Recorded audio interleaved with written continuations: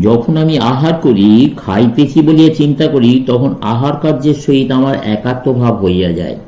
যখন আমি দৌড়াইতে থাকি, তখন আমি ও দৌড়ানো দুটি পৃথক ভাব থাকে না। অতএব এই যুক্তি বড় দৃঢ় বলিয়া বোধ হয় না। যদি স্মৃতি দ্বারা অস্তিত্বের অভিন্নতা প্রমাণ করিতে হয়, তবে আমার যে সকল অবস্থা ভুলিয়া গিয়াছি, সেই সকল অবস্থায় আমি ছিলাম না বলিতে হয়। আর আমরা জানি, অনেকে বিশেষ অবস্থায় সমুদয় অতীতের কথা একেবারে বিস্মৃত হইয়া যায়। দেখা যায়, অনেক উন্মাদ রোগগ্রস্ত ব্যক্তি নিজেদের কাছ নির্মিত অথবা কোনো পশু বলিয়া ভাবে। যদি স্মৃতির উপর সেই ব্যক্তির অস্তিত্ব নির্ভর করে, তাহলে সে অবশ্য কাঁচ বা পশু বিশেষ হইয়া গিয়াছে বলিতে হইবে।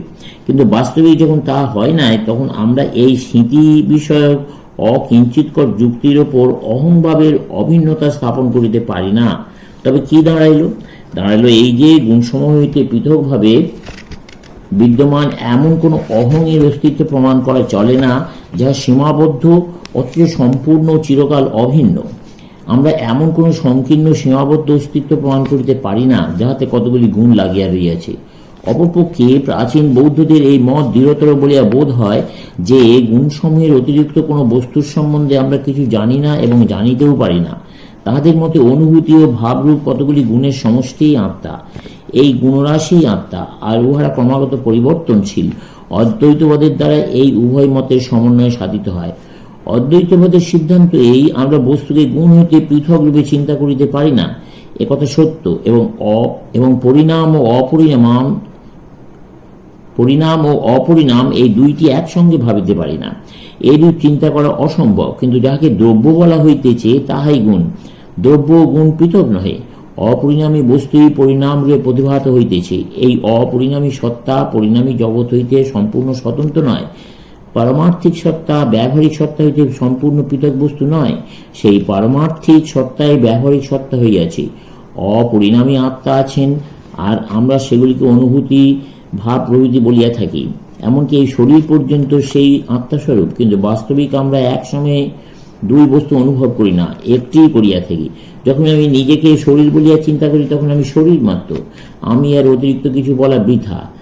আর যখন আমি নিজেকে আত্মা বলিয়া চিন্তা করি, তখন দেহ কোথায় উড়িয়া যায়, দেহানুভূতি আর থাকে না। দেহজ্ঞান দূর না হইলে কখনো আত্মানুভূতি হয় না। মনের অনুভূতি চলিয়া না গেলে কেহই বস্তু অনুভব করিতে পারে না।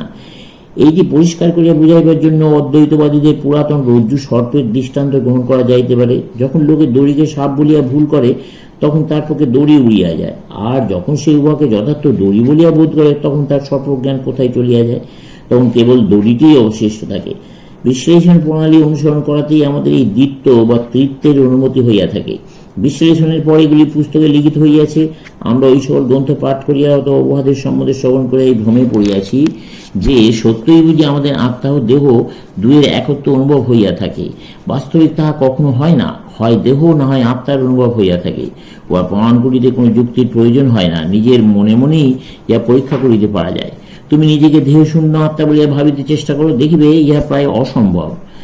আর যে অল্প সংখ্যক ব্যক্তির পক্ষে ইহা সম্ভব, তাহারা যখন নিজেদের আত্মারূপে অনুভব করেন, তখন তাহাদের দেহবোধ থাকে না। তোমরা হয়তো দেখিয়াছ বা শুনিয়াছ, অনেক ব্যক্তি সম্মোহন, হিপনোটিজম প্রভাবে অথবা মৃগী রোগ বা অন্য কোনো কারণে সময়ে সময়ে এক প্রকার বিশেষ অবস্থা লাভ করে। তাদের অভিজ্ঞতা হইতে জানিতে পারা যায়, তখন তারা ভেতরে কিছু অনুভব করিতেছিল এবং তাদের বাহ্য জ্ঞান একেবারেই ছিল না।